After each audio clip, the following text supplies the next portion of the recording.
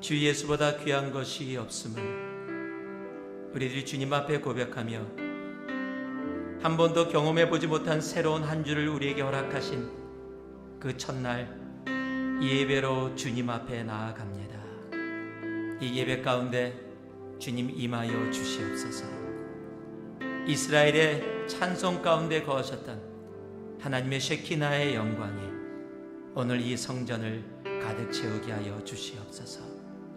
그러니 지치고 힘들고 아프고 혼란스럽고 고통스러운 영혼들 위로하시고 회복하시며 혹이라도 예수를 알지 못하는 영혼들이 예수를 만나는 시간 되게 하시며 주님께 간구하던 기도들이 응답받게 하시고 병든 자가 치유받게 하시며 우리의 영혼이 새롭게 주님 앞에 나아가는 영혼의 부흥을 우리들에게 허락하여 주시옵소서.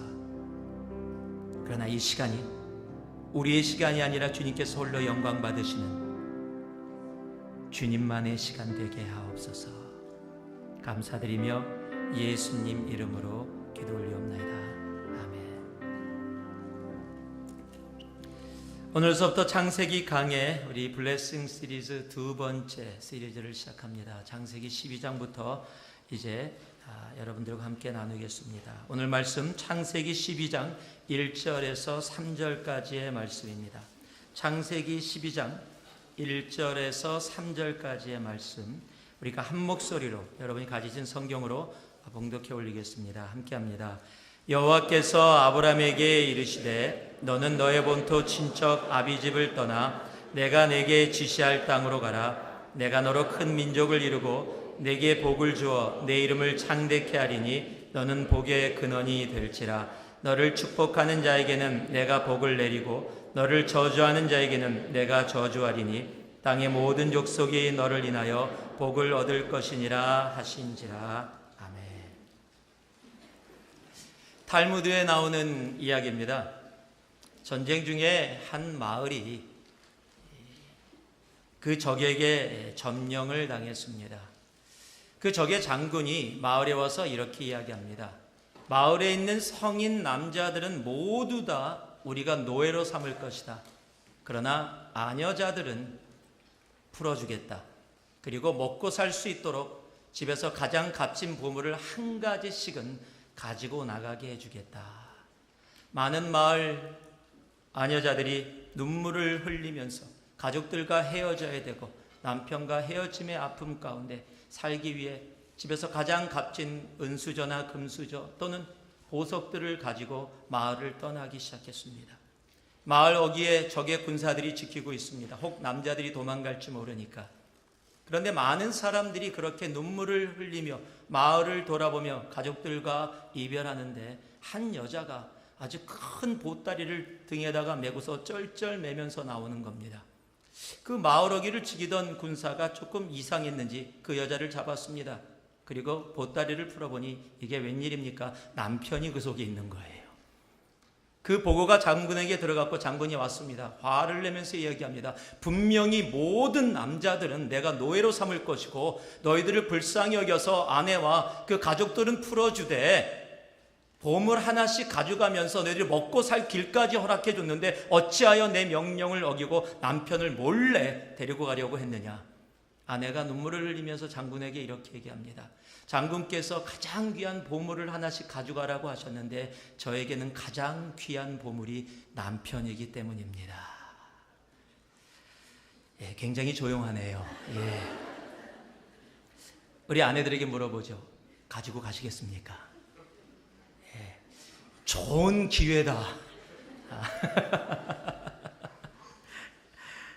예전에 함께 나눴던 한국에서 있었던 그 이야기처럼 할머니 할아버지가 나와서 천생연분이라는 단어를 할아버지가 설명하는데 할머니가 천생연분 당신과 나 같은 사이 그랬더니 할머니가 왼수 그랬다 그러지요.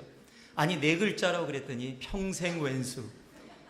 여러분 천생연분이십니까? 평생 왼수십니까? 천생연분이었기 때문에 다 결혼했겠지요. 그러나 그 과정 속에 힘들고 어려운 모습이니까 더러는 그렇지 않게 느껴질 때도 분명히 있을 수는 있을 겁니다. 그렇다면 제가 여러분께 한번 물어보겠습니다. 아내와 남편이 여러분에게 느껴지는 모습으로 오늘 누구다라고 이야기할 수 있다면 여러분, 하나님은 여러분에게 누구십니까? 오늘 이 순간 하나님은 여러분에게 누구십니까? 하나님과 좋은 관계를 쌓아왔던 분들이라면 하나님은 사랑이십니다. 어려운 가운데 이겨나가신 분은 하나님은 나를 지켜주시는 분이십니다. 다 자신의 경험으로 이야기하실 겁니다.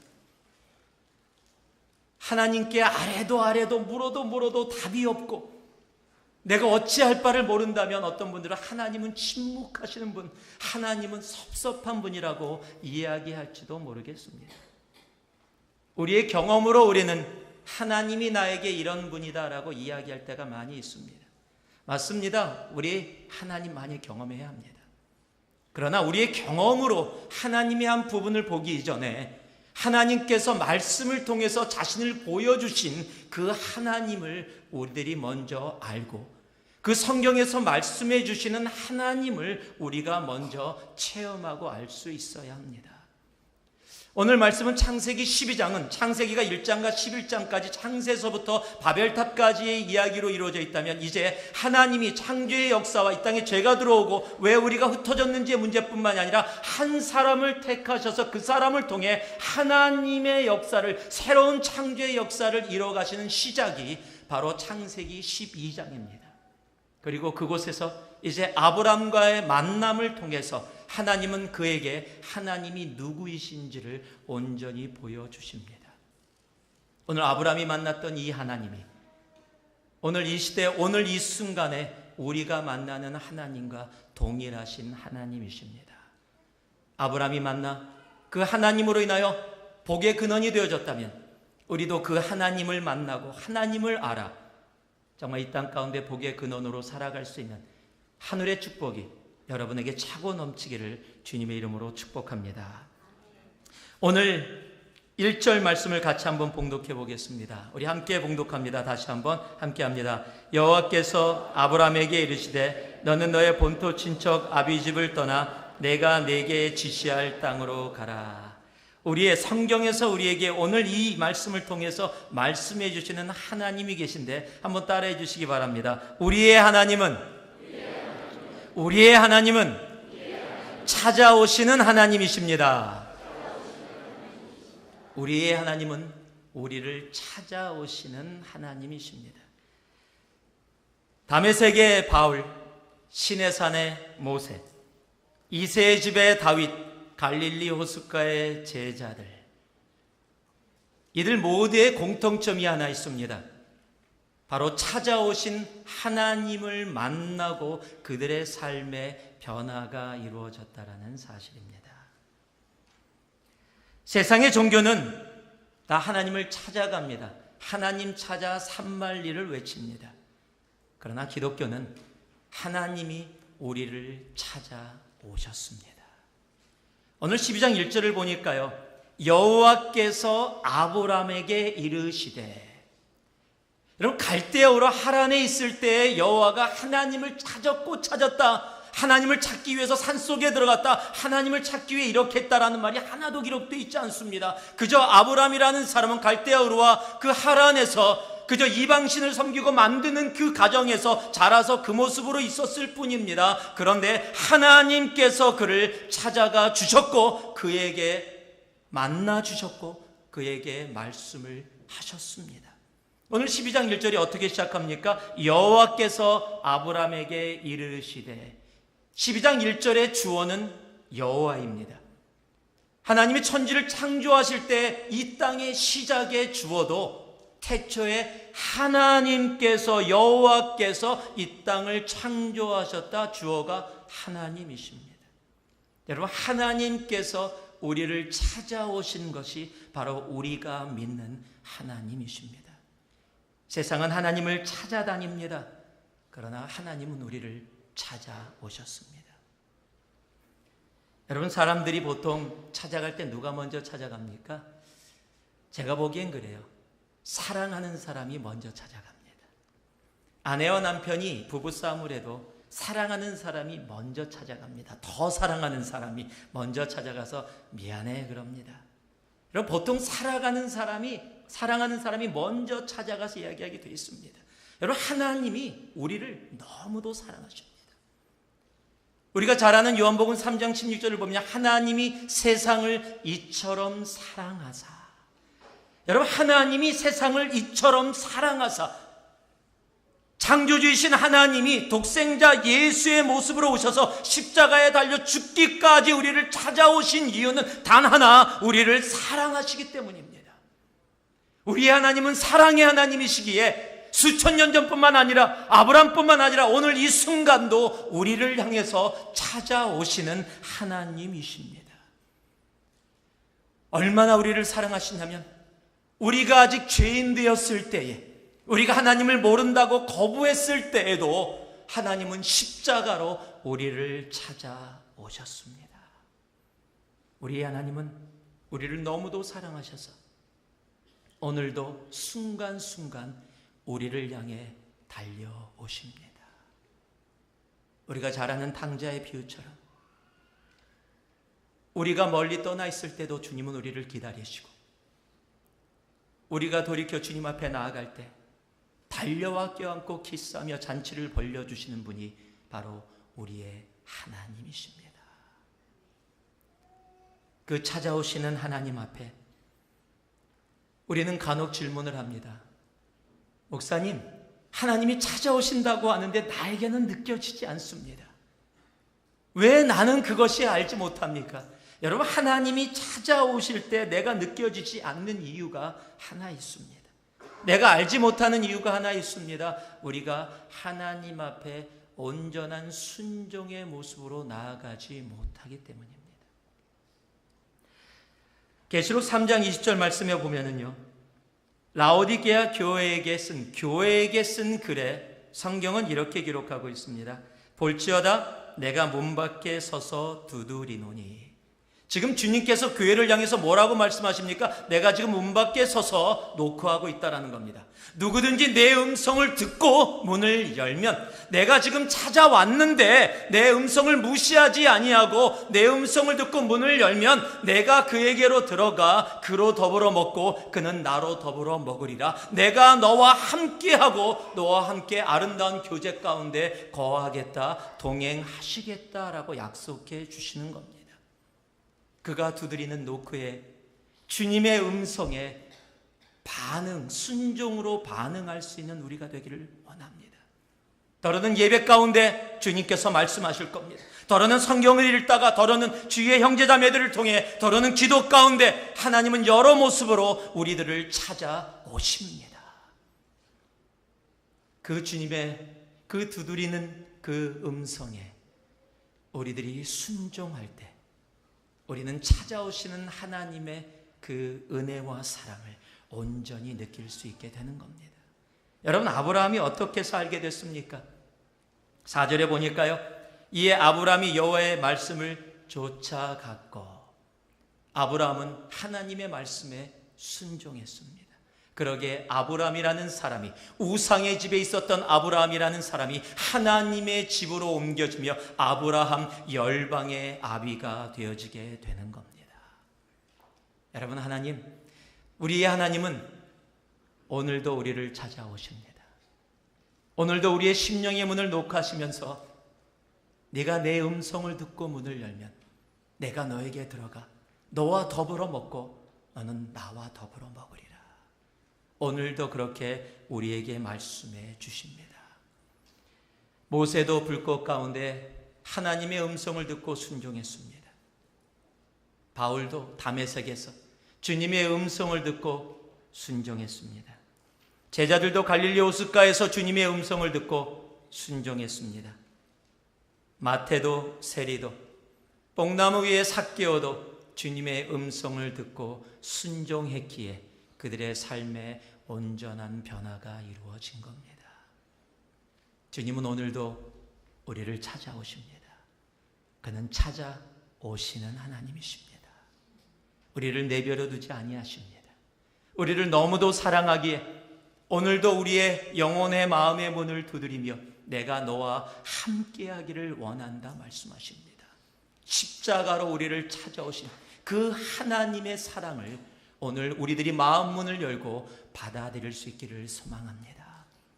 예수를 한 번도 만나본 적이 없다면 오늘 주님께서 오늘 이 예배를 통해서 여러분의 마음의 문을 두드리시는 그 음성을 들을 수 있기를 소망합니다.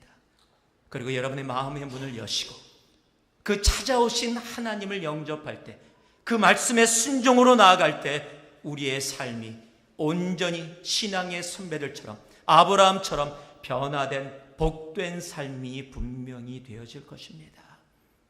내 속에 더러운 죄악과 세상의 모든 것들을 가지고 꽁꽁 문을 닫고 하나님이 놓고 해도 이 방문만은 보여드릴 수 없습니다, 이 방만은 보여드릴 수 없습니다 라고 외쳐진 나의 공간을 내가 하나님의 음성을 듣고 순종하면 하나님은 깨끗게 하실 뿐만이 아니라 모든 불의에서 나를 건져내 주실 것입니다. 오늘 하나님이 여러분의 마음에 영혼의 문을 두드릴 때 그 찾아오시는 하나님을 순종으로 맞이할 수 있는 여러분 되시기 주님의 이름으로 축복합니다. 그럴 때 하나님이 우리에게 허락하여 주시는 귀한 복의 삶을, 복의 근원의 삶을 온전히 살아갈 수 있게 될 겁니다. 동일한 1절 말씀에 여호와께서 아브라함에게 이르시되 너는 너의 본토 친척 아비집을 떠나 내가 내게 지시할 땅으로 가라. 두 번째, 우리의 하나님은 인도하시는 하나님이십니다. 한번 따라해 주실래요? 우리의 하나님은 인도하시는 하나님이십니다. 사랑으로 우리에게 찾아오신 하나님이, 그런데 첫 번째 말씀하신 명령이 뭐냐면요, 본토 친척 아비집을 떠나라는 겁니다. 사랑으로 우리를 찾아오셨는데요, 하나님이 그래서 우리를 찾아오신 하나님께서 우리의 삶을 온전히 책임지시고 인도하기를 원하시는데 처음에 주님께서 명령하신 게 뭡니까? 떠나라는 겁니다. 떠나라. 어디서요? 본토 친척 아비집을 떠나라는 겁니다. 내가 살아온 삶의 환경과 근원에서 떠나라는 겁니다. 여러분, 제가 선교를 떠납니다. 이곳에서 다른 나라로 선교를 가게 되면 내가 이곳에서 비행기를 타고 떠나서 그곳에 가야 그곳에 있는 영혼들을 만나고 그곳에서 직접 선교를 할 수가 있습니다. 이곳에 머물면서 그렇게 그들을 직접 만나고 할 수는 없는 겁니다. 여러분, 주님의 인도하심을 경험하고 주님의 인도하심을 아는 사람들은 어떤 사람들이냐면 바로 주님께서 떠나라라고 할 때 내 본토 친척 아비집을 떠나 하나님의 인도하심을 붙잡고 나아가는 사람입니다. 우리의 삶 속에 우리의 주님의 인도하심을 알기 원하면 우리들은 그를 신뢰할 수 있어야 합니다. 근데 그게 쉽지가 않습니다. 왜냐하면 주님의 인도하심의 모습이 조금 다르기 때문입니다. 오늘 말씀을 보면은요, 너의 본토 친척 아비집을 떠나 내가 내게 지시할 땅이라고 적혀 있습니다. 지시할 땅. 이 하나님의 인도의 방법은 특이하세요. 다 보여주시고 가자고 얘기 안 하시고 보여주시겠다라는 겁니다. 그런데 이 지시할 땅이라는 이 지시라는 한국말로 번역된 말이 영어로 I will show you라고 되어 있는데 이 show, 보여주겠다라는 단어입니다. 이 보여주겠다라는 단어가 지난주에 여러분과 함께 나눴던 히브리어 라아라는 단어입니다. 즉 라의 뜻이 무엇입니까? 조사했다, 관찰했다, 증명되었다라는 뜻입니다. 즉 주님께서 떠나라고 이야기하시는 근거가 뭐냐면 내가 너에게 줄 땅을, 그 복을 내가 이미 가서 관찰했고 조사했고 증명되어졌다. 그런데 이제 네가 나를 믿고 따르면 내가 그것을 너에게 뭐하겠다? 라해 주겠다라는 겁니다. 하나님이 라하셨다라는 겁니다. 하나님이 이미 다 증명하셨다라는 겁니다. 하나님이 조사를 끝냈다라는 겁니다. 이제 내가 조사를 끝냈으니까 나를 믿고 따르면 너도 그곳에 가게 되면 내가 본 그대로 그 모습으로 라할 수 있다라는 겁니다. 우리의 삶에 인도하시는 하나님을 우리들이 잘 느끼지 못할 때가 언제입니까? 눈에 보이지 아니하니까 신뢰하지 못할 때입니다. 하나님 보여달라는 겁니다. 보여주면 따라가겠다라는 겁니다. 제가 오늘 이렇게 여러분 앞에 서서 말씀을 전할 수 있게 되고 목사가 된 것, 정말 하나님의 인도하심입니다. 몇 번 말씀드렸지만 저는 굉장히 내성적인 사람이었습니다. 누님만 두 분입니다. 그래서 집에서 있는 집에는 이 여자들하고만 삶을 살았습니다. 앞에 서서 발표하는 것을 전혀 못했습니다. 중학교 3학년 때 한번 선생님이 숙제 칠판에 쓰라 그래서 나갔다가 너무 떨려서 그냥 칠판에다가 분필을 대고 막 떨었습니다. 온몸이 떨렸어요. 제 친구가 평생 잊지 못하는 저에게 상처가 된 말, 경이라 중풍 걸려니 왜 떨어? 온 반이 다 웃었고요. 정말 창피하고 부끄러워서 자살까지도 생각해 봤습니다. 용기가 없어서 못했어요. 그랬던 사람이 하나님이 저를 목사 만드시겠다는 겁니다. 5년을 도망 다녔습니다. 나는 목사 자격도 없고 하고 싶지도 않고 안 하겠습니다. 너를 통해 나의 일을, 나는 안 보입니다. 싫습니다. 그냥 계속해서 도망 다녔습니다. 근데 하나님의 사랑은 집요하십니다. 결국에는 목사 만드시더라고요. 그리고 나를 믿고 따르라고 말씀하십니다. 앞이 보여야지요. 내 앞길이 어떤 건지 모릅니다. 그런데 하나님이 순간순간 인도하심, 그냥 믿고 따라서 걸었습니다. 어느 순간이 지나니까 주님이 뒤를 돌아보라 그러더라고요. 제 인생을 돌아보는 시점이 있었습니다. 깜짝 놀랐습니다. 하나님이 인도하셔서 걸었던 그 길들이 나의 삶에 가장 중요하고 소중하고 안전한 길이었고, 내가 원했던 다른 길들 뒤돌아보니 지뢰와 고통과 아픔과 어려움들이 가득 찬 곳이었습니다. 뒤를 돌아보니 하나님의 인도하심이 나와 함께 있었음을 온전히 볼 수 있었습니다. 우리 하나님, 우리에게 먼저 라하고 따라오라 말씀하실 수 있습니다. 그러나 하나님은 그렇게 하지 아니하십니다. 당신이 라하셨다라는 겁니다. 당신이 조사 끝냈다라는 겁니다. 당신이 관찰 다 끝내고 당신이 증명까지 다 했다라는 겁니다.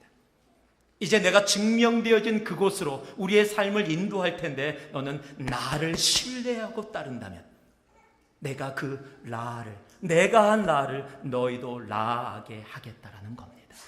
여러분, 그것이 우리의 삶에 나타날 때 뭐로 나타납니까? 간증이라는 말로 나타나는 겁니다. 하나님이 이렇게 하셨습니다. 그렇게 나타나는 겁니다. 여러분, 내 눈에 보이지 않는다고, 하나님 보여달라고, 그렇지 않으면 갈 수 없다라고 그렇게 하고 외치고 계시지는 않습니까? 우리의 하나님은 우리를 인도하시는 하나님이십니다. 잠언 3장 5절 말씀을 보니까요, 너는 마음을 다해 여호와를 의뢰하고 내 명철을 의지하지 말라. 너는 범사의 길을 인정하라. 그리하면 내 길을 지도하시리라 라고 말씀하십니다. 여러분, 우리의 생각이 명철은 봐야 됩니다. 내가 조사해야 됩니다. 내가 관찰해야 됩니다. 내가 증명해야 됩니다. 그런데 뭐라고요? 너는 마음을 다하여 누구를요? 여호와를, 이미 라하신, 이미 관찰하신, 이미 증명하신 하나님만을 신뢰하라. 그리하면 내가 너의 길을 지도하겠다. 너의 길을 인도하겠다라고 약속해 주시는 겁니다. 우리의 하나님은 우리의 삶을 책임지고 인도하시는 분이십니다. 하나님이 인도하심을 만나는 길은 바로 신뢰입니다. 여호수아 3장 15절 16절 보면 애굽 땅에서 나온 이스라엘 백성들이 이제 가나안 땅이라는 하나님이 약속해 주신 땅 앞에 서 있습니다. 그런데 이게 웬일입니까? 앞에 장애물이 있습니다. 성경은 이렇게 기록하고 있습니다. 요단이 모맥 거두는 시기에는 항상 언덕에 넘치더라. 지금 모맥을 거두는 추수할 시기인데 그 요단강이 물로 가득 차 있어서 넘쳐서 사람이 건널 수 없게 된다는 겁니다. 약속의 땅에 있는데 그 약속의 땅 앞에 강물이 막혀서 길이 없어서 건널 수 없는 상황이 된 겁니다. 그런데 하나님이 말씀하십니다. 너희 가나안 땅을 너에게 주었다. 나를 믿어라. 그리고 무슨 명령을 하십니까? 제사장들로 하여금 주님의 법궤를 매게 하고 그 강에, 그 넘쳐흐르는 강에, 빠지면 죽을 수밖에 없는 그 강에 발을 디디라고 이야기합니다. 성경은 이렇게 기록해 놓고 있습니다. 궤를 맨 자들이 요단에 이르러 궤를 맨 제사장의 발이 물가에 잠기자 곧 위에서부터 흘러내리던 물이 그쳐서 심히 멀리 사르단에 가까운 아담읍 변방에 일어나 쌓이고 아라바의 바다 여매를 향하여 흘러가는 물은 온전히 끊어지매 백성이 여리고 앞으로 바로 건널세. 여러분, 요단강 밑에는 하나님이 이미 만들어 놓으신 길이 있었습니다. 물로 인해서 보이지 않았을 뿐입니다. 그런데 주님의 말씀을 신뢰하고 내가 눈에 보이는 그 물에 발을 디뎠더니 보이지 않던 길이 보이게 되는 겁니다. 여러분, 우리는 그때 와, 기적이다, 엄청난 기적이 일어났다, 와, 엄청나다라고 이야기할지 모릅니다. 그러나 주님을 신뢰한다면 이 기적이 우리의 삶의 상식이 되어지게 될 겁니다. 하나님을 신뢰하게 될 때 우리의 삶의 기적이 상식이 되어지는 그 일들이 계속해서 일어나게 될 것입니다. 그것이 우리 하나님의 인도하심입니다. 그 하나님의 인도하심을 오늘도 붙잡을 수 있는 우리들이 되기를 바랍니다. 인도하시는 하나님, 오늘도 나를 주장하시고 가장 좋은 곳으로 나를 이끄시는 그 하나님을 온전히 경험할 수 있기를 바랍니다. 그렇다면 그를 믿으십시오. 신뢰하십시오. 내 눈에 라하되지 않았다 할지라도 하나님이 라하셨기에 우리에게 라해 주시겠다고 약속해 주시는 겁니다. 내 눈으로 봐야만 믿어야겠다고 하는 어리석은 삶 되지 말게 하시고 오히려 주님을 신뢰하고 그가 보셨기에 우리가 그 길만을 따라간다면 우리도 볼 수 있게 됨을 믿음으로 바라보는 우리 새누리의 가족 한 분 한 분 되기를 주님의 이름으로 축복합니다. 마지막으로 2절하고 3절 말씀 우리 다시 한번 같이 한번 읽겠습니다. 2절과 3절입니다. 함께 합니다. 내가 너로 큰 민족을 이루고 내게 복을 주어 내 이름을 창대케 하리니 너는 복의 근원이 될지라. 너를 축복하는 자에게는 내가 복을 내리고 너를 저주하는 자에게는 내가 저주하리니 땅의 모든 족속이 너를 인하여 복을 얻을 것이니라 하신지라. 한번 따라해 주시기 바랍니다. 우리의 하나님은 복 주시는 하나님이십니다. 이건 계속해서 창세기에서 반복되어지는 이야기입니다. 우리의 하나님은 복 주시는 하나님이십니다. 사람을 창조한 후에도 창세기 5장에 보면은요, 남자와 여자를 창조하셨고 그들이 창조되던 날에 하나님이 그들에게 복을 주시고 라고 이야기합니다. 오늘도 마찬가지입니다. 새로운 창조를 이루시는 아브라함을 만나시고 아브라함에게 해주시는 말씀이 뭡니까? 내가 찾아와서 너를 인도하겠다고 약속하는데 내 인도함에 순종하고 함께 반응하며 나온다면 너에게 약속하는 것이 있는데 내가 복의 근원이 될 것이다 라는 겁니다. 여러분, 하나님께서 우리에게 복이 될 것이라고 이야기합니다. 그러면서 너를 축복하는 자에게 복을 내리고 너를 저주하는 자에겐 저주하리니 땅의 모든 족속이 너를 인하여 복을 얻을 것이다. 여러분, 우리가 저주가 되어지면 이 세상에 저주를 나누게 되어 있습니다. 내가 복이 되어지면 이 세상에 복을 나누게 되어 있습니다. 그런데 하나님의 목적은, 우리에게 복을 주시는 목적은 이 땅 가운데 복이 되게 하기 위해서입니다. 그런데 복이 저주가 될 때가 있습니다. 나에게 맡겨서 더 이상 나가지 않을 때입니다. 하나님이 주시는 복을 내가 꽁꽁 묶어서 그냥 내 것으로만 할 때, 나에게만 멈춰 있을 때, 우리 가정, 내 자녀, 내 거, 나만을 생각하고 그 복을 나만이 누리기 시작할 때 그 복은 세상에 저주가 되어집니다. 그런데 그 복을 흘러 넘치게 할 때, 세상을 향해서 흘러 넘치는 통로가 되어지게 할 때 그 복은 이 땅 가운데 진정한 복이 될 뿐만 아니라 흘러 넘치게 했더니 하나님이 새롭게 부어주시는 복을 마음껏 누리고 경험하게 되는 새로운 복 가운데 우리는 계속 들어가게 되는 겁니다. 우리 한국말에 이런 말이 있습니다. 기가 막힌다. 여러분, 기가 막히면 죽는 겁니다. 모든 것들이 막히면 죽습니다. 뚫려야 합니다. 하나님의 복도 우리를 통해서 세상으로 흘러 넘쳐야 합니다. 그것이 복을 우리에게 주시는 이유입니다. 2차 세계대전에 끝난 후에 독일이 자유민주주의 서독과 공산주의 동독으로 나눠졌습니다. 그리고 나서 문이 완전히 닫히기 전에 많은 동독에 있었던 수백만의 사람들이 정치적, 경제적, 종교적 자유를 쫓아서 전부 다 서독으로 다 넘어왔습니다. 당연한 거 아니겠습니까? 이제 공산주의가 되고 자유를 잃어버리게 되는데 많은 사람들이 자유를 찾아서 서독으로 넘어왔습니다. 그런데 그때 수많은 사람들이 서독으로 넘어오면서 교회도 굉장히 힘들고 어렵게 되어졌고 공산주의가 계속 핍박하면서 먹고 사는 것도 힘든 상태가 돼서 동독에 있는 교회가 그 당시에 문이 완전히 닫히기 전에 서독에 있는 교회에다가 도움을 요청했습니다. 목사들이 너무 귀합니다. 이 땅에 그러면 교인들은, 성도들은 어떻게 합니까? 목사들도 많이 떠났습니다. 그 이야기를 듣고 한 목사님이 기도 끝에 동독으로 가기로 결정을 합니다. 여러분, 수많은 사람들이 다 서독으로 오는데 동독으로 가기를 결정을 합니다. 그 목사님의 이름이 카스너라는 목사님이십니다. 그곳에서 목회를 시작합니다. 힘들었습니다. 먹고 사는 것부터, 복음을 나누는 것도 너무 힘들었습니다. 자녀들이 자라면서 공산당의 교육을 받게 되니까 신앙을 지켜가게 하는 것도 힘들었습니다. 그러나 하나님께서 그에게 주신 진정한 예수의 십자가의 복 때문에 그 동독에 있는 사람들도 그 십자가의 복을 깨달아 알 수 있게 하기 위해서 그곳에서 믿음의 생활을 했습니다. 하나님이 그들에게 복을 부어주기 시작했습니다. 그 가족 가운데 자녀 중에 66년에 박사학위를 받고 정말 준비되어지는 딸이 생기기 시작했습니다. 그리고 갑자기 동독과 서독이 통일이 됐습니다. 그가 정치계에 몸을 담기 시작했습니다. 그리고 하나님의 이름을 가지고 정말로 주님 앞에서 믿음으로, 리더십으로 올라오기 시작했습니다. 그리고 2005년부터 지금까지 무려 10여 년 동안 지금 독일을 이끌고 있는 앙겔라 메르켈이 그때 목사님 아버지와 함께 6개월 된 딸로 넘어간 바로 그 사람이 지금 독일의 수상입니다. 저는 정치를 얘기하는 게 아닙니다. 그러나 하나님이 그를 통해서, 하나님이 이 땅 가운데 그리고 유럽 가운데 영향을 미치기 위해서 하나님의 복을 흘려보내는 아버지를 보시고 그 딸에게도 동일하게 복을 부어서 흘러 넘치게 하고 있는 겁니다. 하나님의 복은 나만을 위한 것이 아닙니다. 십자가로 뚫어주신 그 죄의 저주는 나만 누리라고 하신 게 아닙니다.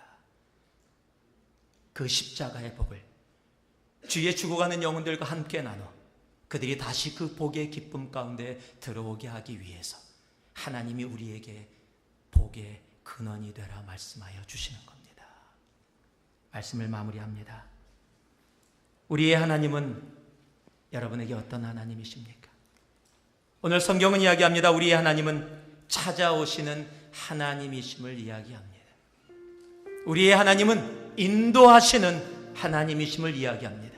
우리 하나님은 지금도 하늘의 복으로, 십자가의 복으로, 신령한 복으로 채워주시기를 원하시는 하나님이심을 이야기합니다.